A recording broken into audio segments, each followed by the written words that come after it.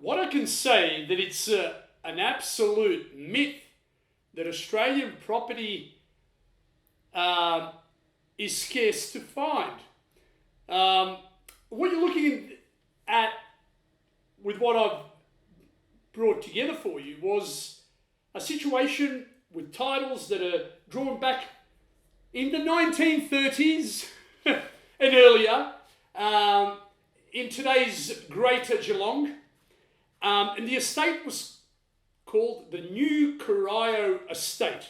So it's very close to Geelong Grammar and the Shell Parade oil refineries. As you can see by the graphics, there are streets drawn up, blocks measured, titles provided with blocks that are going back to the 1920s and 30s, named streets, numbered streets. It is a case where the Geelong Council have found ways to have a covenant, a vegetation covenant that is being revised at the moment. We're in the later part of 2025. So titles that are about 90 years old have come to, they've gotten to a stage where they may be revisited because there's been a veto over these sites for over 50 years now. It's a case that was contested by the owners of these sites that bought from the 1930s onwards. It was a green wedge area, but contradictory to farming zones that need to be X amount of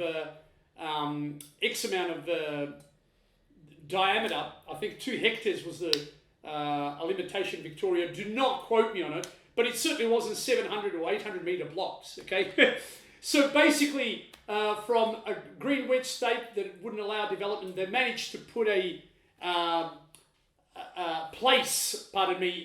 covenant,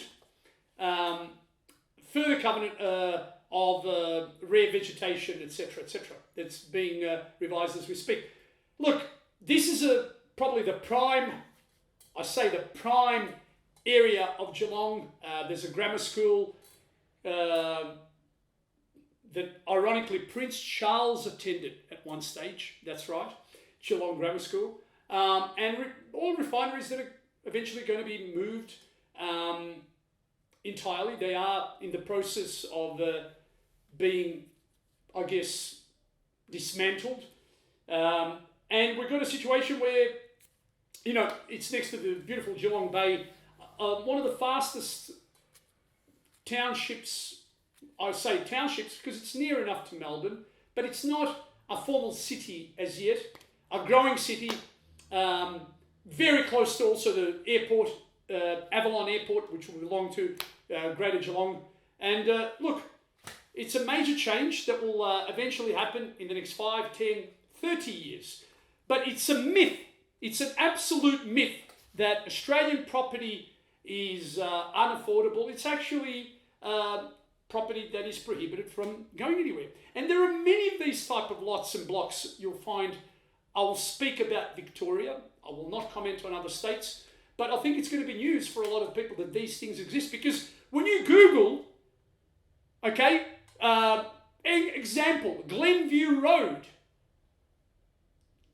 New Corio, or Glenview Road at Geelong, it will come up on Google Maps. But it will not come up, you will not see anything. You see barren wastelands there. Something that looks like out of a Mad Max movie. But then the other picture, and here it is, you can see proposed streets with clear lots, with easements behind the lots. Just like any title pictures of existing homes you'll find around Victoria, okay? But nothing is existing. There's nothing, no activity there, no encouragement from the council to do anything other than a buyback. Council are buying these blocks back and have managed to buy half of the estate back for as little as $2,000 or $3,000 per site. That's right. Amazing, but true. Please have a look at the diagrams again and seeing, believing is seeing, but seeing this will raise some eyebrows and a belief system that nothing exists. No, we make affordable housing unaffordable. And that's just the way, especially in Geelong, for some reason, it's a suburb that's gained traction over the last couple of years in demand, very fast growing, and hence here is the proposed change. Have a look at it. Proposed alternative opinion to a current vegetation overlay. There's still going to be an overlay. They'll find a way to have an overlay, but the primary vegetation overlay for, I guess, plants that are extremely rare, that don't even grow there, by the way, don't exist there, but they've managed to find this through strategic planning and the court systems and whatever in 2013 to hand over the sites. There's basically a double whammy, an overlay and a heritage overlay. So there's that's like a heritage overlay. So there's an actual overlay, so it's like a double overlay over blocks, which makes it too difficult for anyone on their own to do anything about it, because there was something done about it within the courts about 50 years ago, from what I've heard, with other neighbours that own lots there, but they lost the case at the time.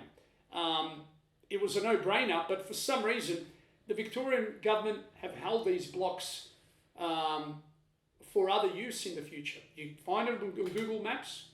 They are numbered streets. They are titles, but nothing is existing, and it will be still some time before anything's done about it.